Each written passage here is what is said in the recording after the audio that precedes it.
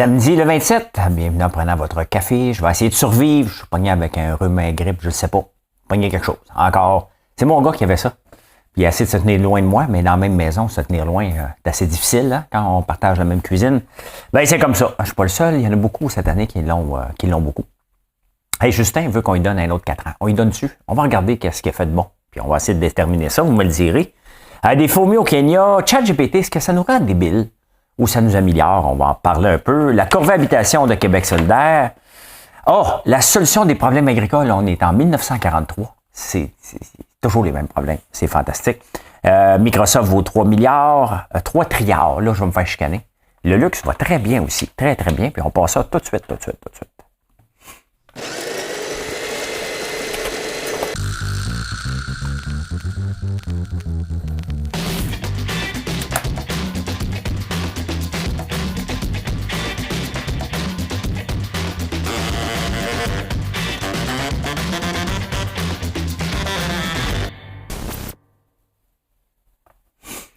Justin veut un autre 4 ans. Qu'est-ce qu'on fait avec ça? Il dit qu'il veut bloquer Poilievre. On a à Montréal Valérie Plante, qui est là parce qu'on a voulu bloquer 2 fois Denis Coderre. On ne peut pas voter pour des politiciens seulement pour pas avoir celui qui est en place. Il faut avoir le meilleur. Est-ce que Poilievre est le meilleur? Il commence à faire du sens. Bon, il y a une base un peu complotiste que je ne fais pas partie. Mais moi, j'ai bien aimé quand il a dit que les gens sont incompétents. Puis vous le savez que j'ai eu une bulle au cerveau cette semaine puis que je me suis dit je te pourrais être maire. Je peux pas parce que j'ai François Lambert à m'occuper, point one. Mais, tu sais, je regarde ça puis je me dis, on a moyen de mieux faire. C'est impossible que Valérie Plante est allée dire, mais moi, j'ai fait mieux que l'autre. Non, c'est pas mieux que l'autre. L'autre était pas bon. Denis Coderre, il était pas bon. OK? Donc là, Trudeau, qu'est-ce qui ferait qu'on garde Trudeau? À part qu'il est beau. OK, il est beau, il check. Il est sympathique, il check.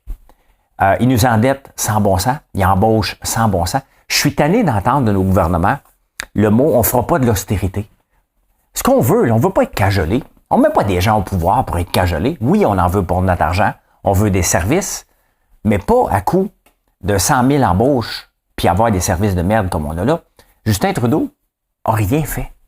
Moi, je serais gêné parce que j'ai pas assez proche de me lancer avec. Je serais gêné dans ce gouvernement-là. Quand je regarde le taux d'endettement, à l'international, ça va pas plus bien. On n'est pas respecté à l'international. Donc, Justin ne mérite pas un autre mandat.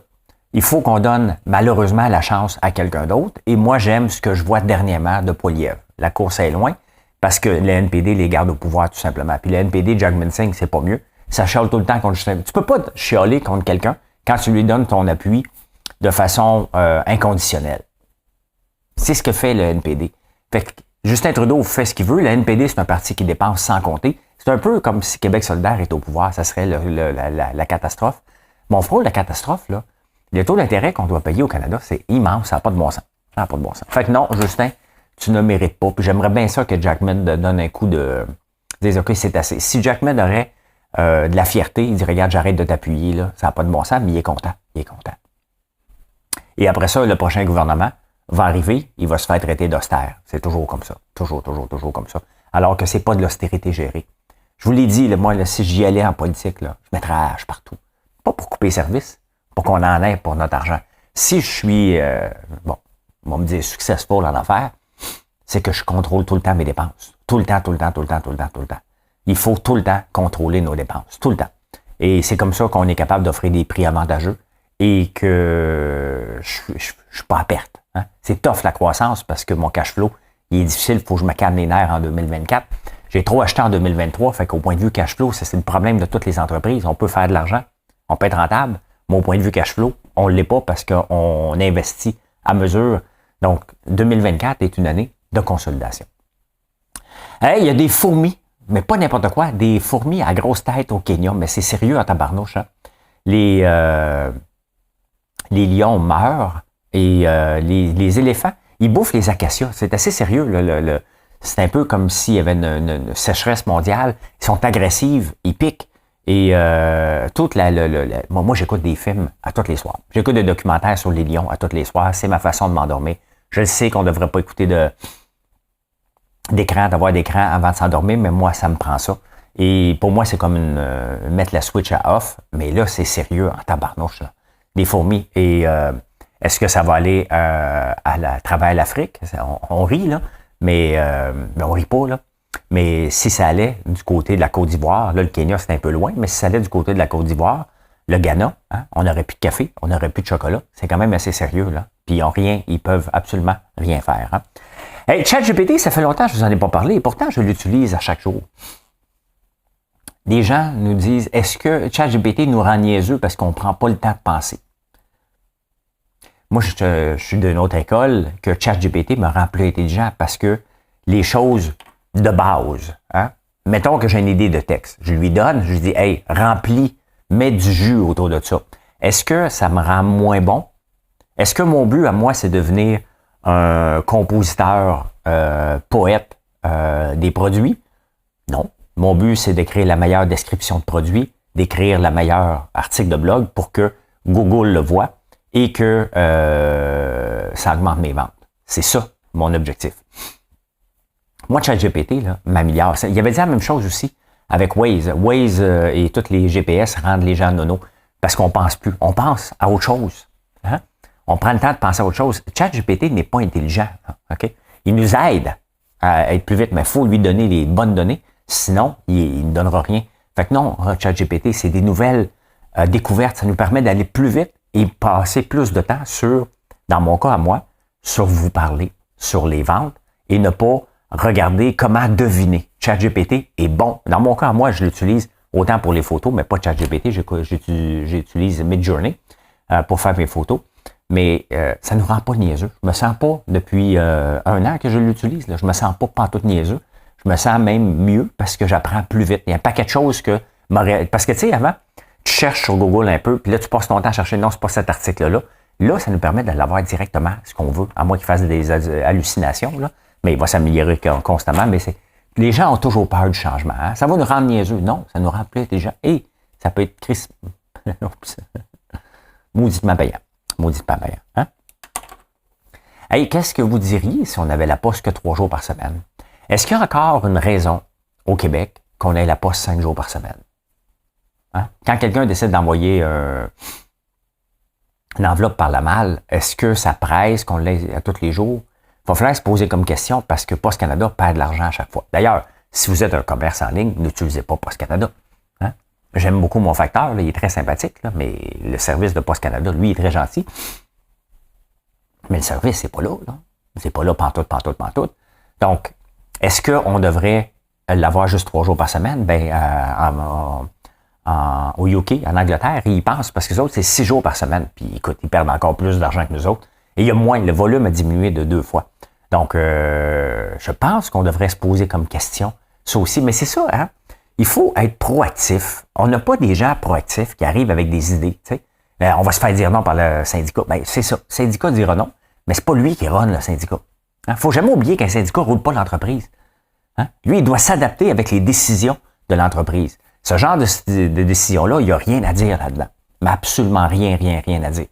Si on décide de rendre la STM gratuite à un moment donné, le syndicat qui va avoir des postes coupés n'a absolument rien à dire. C'est une décision pour les contribuables. Donc, s'il faut couper 40% du staff, j'espère qu'on va le voir un jour, à ce moment-là, le syndicat n'a pas rien à dire. Il dit, ouais, OK, on vient d'en perdre une coupe. Qu'est-ce qu'on fait? Hein? C'est ça, il faut qu'il s'adapte. Il faut arrêter d'avoir peur des syndicats. Il faut revirer ça de bord. Et ça presse. Comprends-tu? Comprends-tu? On s'en va au Québec. Oh. Ouais. C'est ça. On s'en va au Québec. On s'en va au Québec. Corvée Habitation. Gabriel Nadeau-Dubois, il dit on devrait revenir en 1982 et faire le Corvée Habitation, que je pense que c'est le PQ qui est au pouvoir.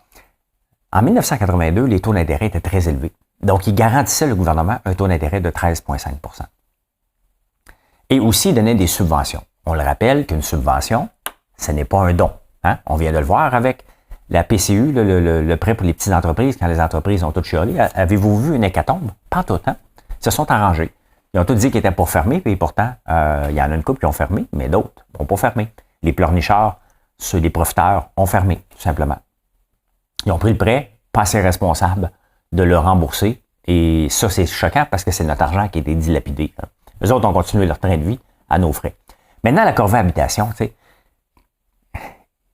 on perd de vue qu'est-ce que ça prend pour construire. Pourquoi moi, je ne suis pas intéressé pantoute à aller construire des immeubles à logement? Parce que ça va me prendre une éternité pour avoir les permis, d'un. De deux, je ne peux pas monter les loyers trop élevés. Donc, trois, quand je vais vouloir les monter, je vais être limité. Si un locataire ne paye pas, j'ai pas grand droit. Donc, est-ce que ça me tente d'embarquer dans ce nid guêpe-là? La réponse est non. Hein? C'est juste ça. C'est juste ça. Est-ce que Montréal a besoin de nouvelles maisons? La réponse est non. Il faut densifier. On n'a pas le choix de densifier, donc c'est des logements. Et c'est pas la catastrophe, là. Si tu vas avoir une maison, les familles ne viennent pas à Montréal. Ils vont aller en banlieue ou ils vont accepter d'habiter dans un logement. Il n'y a rien de mal à la... Puis, je vous l'ai démontré plusieurs fois, vous pouvez le voir sur mon site. Si vous mettez l'argent que vous auriez mis sur une maison dans le loyer, puis investir la balance, vous allez être gagnant à la fin. Maintenant, il faut être très, très, très discipliné. Donc, est-ce que Corvée Habitation est applicable en 2024? Ben non, c'est pas applicable. Il faut arrêter. Le taux d'endettement des gens est très élevé et on ne veut pas rajouter que les gens se bâtissent une maison en pensant qu'ils l'ont eu gratis le 12 000 ou le 15 000 ou le 20 000 piastres qu'on offrirait cette année. C'est non, on ne va pas faire ça. Hein? Mais c'est encore là. Gabriel qui rêve en couleur. Tu sais, à un moment donné, ces gens-là, là, pour avoir un peu de crédibilité, il faut qu'ils disent des choses qui vont être capables d'être faites. Ça me surprend qu'ils sont toujours en train de rêver en couleur. Je comprends pas. Je me considère quelqu'un de pragmatique et quand j'entends ça, je dis OK, parfait, je vais aller lire. Puis là, je dis, ben oui, mais c'est pas applicable. On veut bâtir en hauteur. Qu'est-ce que tu veux faire avec une maison? Ça marche pas. La FAE, hein, 4 contre 4, et les réunions durent 9 heures. Sincèrement, comment ça se fait que toutes les réunions n'ont pas eu lieu le même jour? Comment ça se fait qu'on est obligé d'avoir une réunion pendant 9 heures? Qui va toffer 9 heures dans une réunion Zoom? Hein, pour finir à 2 heures du matin quand tu enseignes le lendemain? Juste les plus endurcis qui veulent gagner. Hein? Donc, sincèrement, là, quand tu regardes ça, là, ça me lève le cœur. Hein? Ça me lève le cœur. C'est des faux, des petites tactiques de bas de rang. Et là, il en reste un à voter, puis on recommandé de voter contre. Donc, techniquement, le deal ne tient pas. Sincèrement, là, pourquoi voir tous les points pendant 9 heures? Y a-t-il vraiment quelqu'un qui va écouter pendant 9 heures? Sincèrement. Hein? Ça, là, c'est du syndicalisme des années 60, 70 pour écœurer le monde jusqu'à la fin. Les maudites réunions de condos, c'était la même affaire. Je sacrais mon camp avant la fin, tellement que j'ai plus de patience, mais c'est ça. Hein? Comment voulez-vous qu'on les aime après? Peut-être vous autres, vous les aimez, là, mais moi, quand je vois ça, puis Patrick Lagacé écrit un super texte vendredi là-dessus, à un moment donné, c'est trop, là. C'est trop. 4 contre 4, on va voir le prochain, mais ça réduit toute la même journée, sincèrement. Hein? Pas de retour à l'équilibre budgétaire. Est-ce qu'on est surpris? Notre ministre des probabilités, hein? Lui, il serait bon à aller jouer, à aller compter les cartes à Vegas, hein? Ministre Girard, ouais, on est à 30% de récession, 50%, 75%, mais là, on est 100% dans une récession. On a eu 2 trimestres négatifs, donc on est en récession, une petite récession. Et est-ce qu'on le savait qu'il n'était pas pour avoir le retour à l'équilibre budgétaire? Ben oui, hein, il nous a menti. Il nous a menti, puis avec ce qu'on a donné de plus aux profs qui sont même pas satisfaits. Donc, on est cuit, hein, on va payer encore, et François Legault dit on ne fera pas d'austérité. Donc, ça veut dire qu'on est mal géré, et il envoie le message, on va continuer à mal gérer, mais votez pour nous, on va continuer. Il y a vraiment, vraiment, vraiment personne à revoir sa job. Dans tout le lot, là, il n'y a personne qui peut avoir peur, un petit peu, de ne pas être performant. On doit se contenter de ça au Québec. On veut pas ça. Moi, je veux pas ce Québec-là. Je veux un gouvernement qui va gérer pour dire, regarde, c'est pas de l'austérité, il faut gérer. Et là, on a embauché trop de gens. Regardez, c'est quelle entreprise l'autre jour? Il y a une entreprise qui avait embauché trop de gens par rapport à la pandémie. Et il a dit, ouais, on est allé pas mal trop fort, il faut en congédier un petit peu. Là. C'est normal. C'est normal. Ils ont embauché 100 000 nouveaux fonctionnaires. Est-ce que vous en avez plus? On en a moins que 4 ans de service. Ça n'a pas de bon sens. Ça coûte des milliards, ça. Ça n'a pas de bon sens. Ça n'a pas de bon sens, mais ils nous disent, on ne fera pas d'austérité. Hein, coudonc. Hein? On s'en va tomber sur la tête.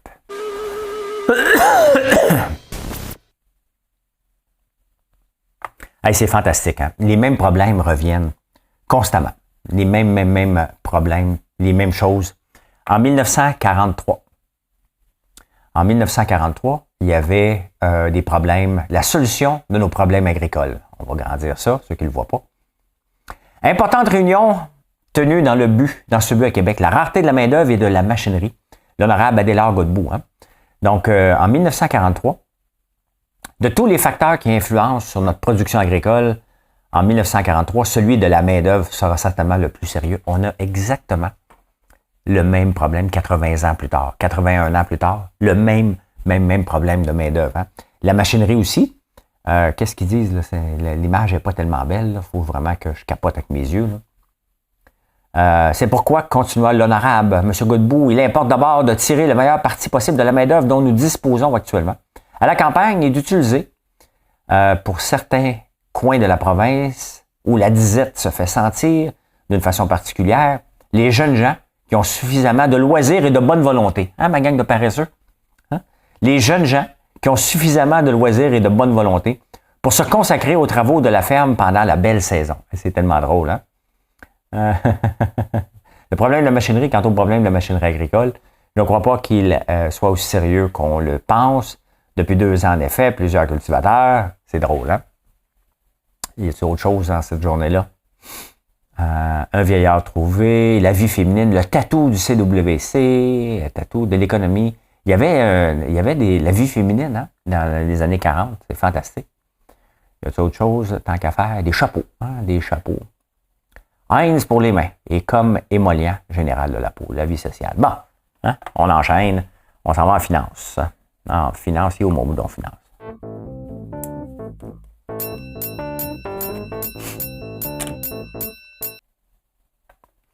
Est-ce que la bourse est trop confiante? On va aller voir ça. On va aller voir si la bourse, elle est trop confiante. Bien, un nouveau jour va se lever, son regard. S&P 500. Ben, on va l'ouvrir ici. Voyons donc, toi. Bon, pas me gêner. C'est ce que les analystes pensent. C'est ce que je pense aussi. Ça n'a pas de bon sens comment ça monte. Surtout le Magnificent Seven. À un moment donné, ça ne peut pas toujours monter comme ça. Il y a un prix à payer. Les analystes pensent. Ben là, les analystes aiment ça toujours faire des scénarios catastrophes. Hein, ça va tomber de 10%. Ça, c'est Microsoft qui vaut maintenant 3 trilliards. Là, il y a quelqu'un qui m'a dit en anglais, en français, en anglais, on va dire trilliards, mais en français, on va dire des billions. Fait que, êtes-vous d'accord que c'est 3000 milliards? On va s'entendre là-dessus. Donc, ça, c'est Microsoft. Regardez Louis Vuitton. Louis Vuitton, j'en ai du Louis Vuitton, qui pogne dans une journée 11%. Le luxe à la cote, c'est une augmentation 95 milliards de revenus. Une augmentation de 13%. Les petites sacoches, là, il y en vend en tabarnouche. Regardez, c'est tout un spike, là. Hein? De 142 à 167. Je ne sais pas si il va redevenir. Mais vous voyez, hein, comment quelqu'un peut devenir l'homme le plus riche du monde? Il y a des actions, Bernard Arnault dans Louis Vuitton. Mais ça, là, ça a peut-être monté, il s'est peut-être enrichi de, je sais pas moi, 40 milliards aujourd'hui. Mais c'est sur papier. Il n'a pas vendu. Il n'a quand même pas vendu son Louis Vuitton. Donc, c'est pour ça que quand on fait l'écart entre les riches et les pauvres, c'est de la merde. Parce que c'est pas réel. Il faudrait qu'il vende tout, payer ses impôts. Il n'est pas à plaindre, là. Il n'est pas à plaindre, mais son argent est en train de rouler. Il est en train de faire des petits. Puis il vient de nommer ses 2 enfants. Donc, ça va bien son affaire. Ça va très, très bien. On regarde le S&P 500, mais regardez depuis le mois d'octobre, ben, toute une augmentation. Là. Ça ne lâche pas depuis le mois d'octobre. Le problème, c'est que les gens anticipent les taux d'intérêt qui vont baisser. Mais à un moment donné, ça ne peut pas continuer comme ça. Là. C'est bien évident que non, Costco augmente. Nvidia a eu une semaine de fou. C'est normal qu'il baisse un peu. Regardez ça. Mon Coca-Cola, qu'est-ce qu'il fait, lui? Bon, lui aussi va bien. Tout va trop bien et je n'aime pas ça. J'aime ça, moi, des petits débarques une fois de temps en temps. Est-ce qu'il y a un 10% qui s'en vient de débarque? Est-ce que c'est un 20% qui s'en vient? Un 30%? On ne le sait pas. Ça va arriver. Ça va arriver, sauf que le S&P 500, il est presque un petit peu plus haut qu'il était en 2021. Donc, pendant 2 ans, on n'a absolument rien fait de bon. Hein? On s'en va insolite.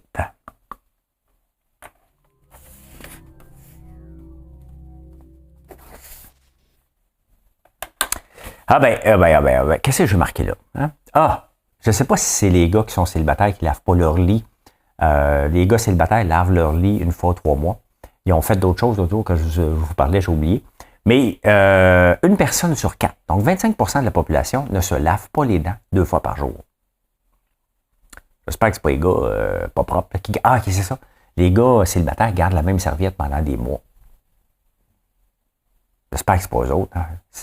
Si jamais vous êtes une femme et vous voulez dater un gars, checkez donc depuis combien de temps il est célibataire. T'sais. Écoute, c'est quoi tes hygiènes de vie? Tu sais, dans les questions, là, et toi, qu'est-ce que t'aimes? T'aimes-tu ça voyager? Posez-vous la question. Quand est-ce que tu as lavé tes draps dernièrement? Est-ce que tu changes ta serviette? Et combien de fois tu t'es brossé les dents aujourd'hui? Ça, c'est des vraies questions. Là. Arrêtez de savoir. Qu'est-ce que t'aimes? Oh, moi, j'aime ça. Tu sais, les foutus premiers dating, là, questions niaiseuses. Là. Ben, pensez-y, hein? Prendre soin de sa santé. À quel âge qu'on commence à penser qu'il faut prendre soin de notre santé? 38 ans. Avant ça, on s'en balance un peu. Mais à 38 ans, on commence à faire, c'est l'âge moyen où les gens disaient, oh, OK, faut que je me prenne en main, faut que je fasse attention. Donc, c'est 38 ans qu'on se prend en main. J'essaie de voir. Je m'étais pris en main avant ça. Moi, je me suis pris en main à 25 ans. J'étais un petit peu gros à 25 ans. Je m'étais pris en main à ce moment-là. Et finalement, je termine là-dessus parce que j'en ai parlé cette semaine, mais là, ça va pas bien. Ça va pas bien. Les Anglais puis les Américains se chicanent, mais pas à peu près. Hein? Il y a une chercheuse qui a fouillé pour 1000 études, depuis 1000 ans, des études sur le thé. Et semblerait, selon la chercheuse qui est américaine, a dit que le thé, pour qu'il soit bon, ça prend un petit peu de sel et du lait chaud dedans. Et dans un journal anglais, il dit « I put salt in my tea on the advice of your US Buffin, un clown. And my gullet reacted like a donkey shown the water bump at badminton. » What a jump. Ils ne prennent pas les Anglais, ça me fait rire. Une chicane US-UK sur la façon de faire du thé. Eh bien, je peux dire ceci. J'ai survécu. Merci d'être là. Ben, venez nous voir. FrançoisLambert.one. La tire est sortie. Hein? On sort la tire que dans le temps des grands froids. Donc là, il fait assez froid pour qu'on puisse vous livrer de la tire. Donc, gâtez-vous. Hein? Vous le demandez depuis longtemps. C'est sur le site FrançoisLambert.one. Allez, bye.